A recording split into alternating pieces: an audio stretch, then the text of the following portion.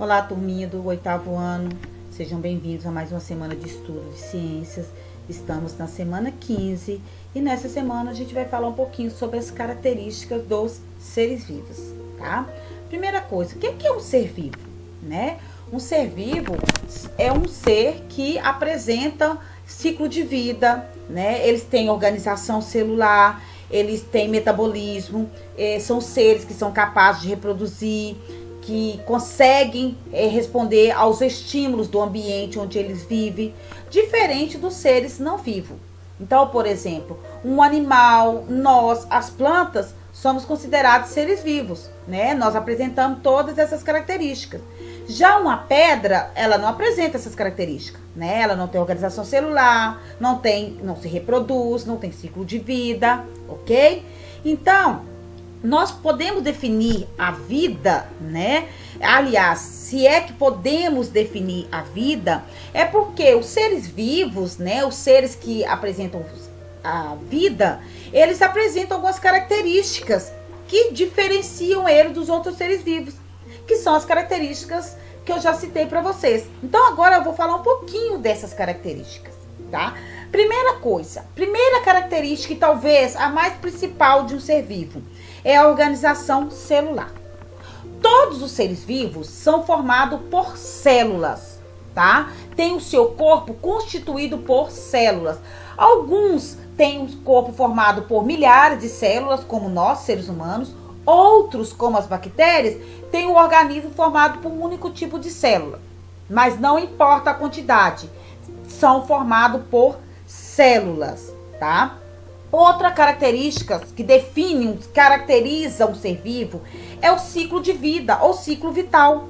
Todos os seres vivos, eles possuem um ciclo de vida. O que isso quer dizer? Que ele tem etapas na vida. Ele nasce, ele se desenvolve, alguns se reproduzem e depois morrem, tá? E os seres vivos têm como outra característica a capacidade de reproduzir. Todos os seres vivos, eles são capazes de reproduzir. Isso não quer dizer que eles vão reproduzir, mas essa capacidade de reprodução, eles desenvolvem, eles têm, né? É o que garante a continuidade das espécies, né? E ao reproduzir, eles transmitem as suas características para os seus descendentes. Outra característica dos seres vivos é a evolução. Todos os seres vivos, gente, com o passar do tempo, eles se mudam, né? Essas mudanças pelas quais os seres vivos passam ao longo do tempo, com o passar do tempo, nós chamamos de evolução. Essa é uma característica que todos os seres vivos apresentam. Alguns desenvolvem mais essa característica, outros menos, mas é uma característica que todos desempenham, todos têm. Uma outra característica dos seres vivos é o metabolismo, tá? Todos os seres vivos, eles têm a capacidade de nutrir, de se alimentar, tá? E é por meio dessa alimentação que ele desempenha as funções do seu organismo, tá? Ou seja, o seu organismo entra em funcionamento. Nós chamamos o conjunto dessas funções, dessas atividades de metabolismo, tá? Nós temos também como característica dos seres vivos a composição química. Todos os seres vivos têm no seu organismo uma composição química, que são nutrientes responsáveis por auxiliar no funcionamento do organismo, como carbono, oxigênio, fósforo, nitrogênio, entre outros.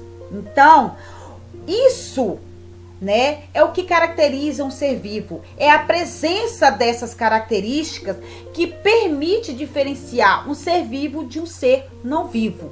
Então, o conjunto dessas características permite que eu diferencie, por exemplo, uma planta de uma pedra. Não só, óbvio, né, pelo formato, mas pensa bem, a planta fica parada, a pedra também fica. Se a gente for pensar por esse lado. Mas a planta é um ser vivo, a pedra não é. Por que a planta é um ser vivo? Porque ela apresenta todas essas características. Diferentemente das pedras, que apesar de serem imóveis, né, como a planta, ela não apresenta essas características, ok? Então, por hoje é só. Espero que vocês tenham compreendido o conteúdo. Mas se não compreendeu, pode perguntar lá no grupo. Um grande abraço para vocês e até a próxima aula.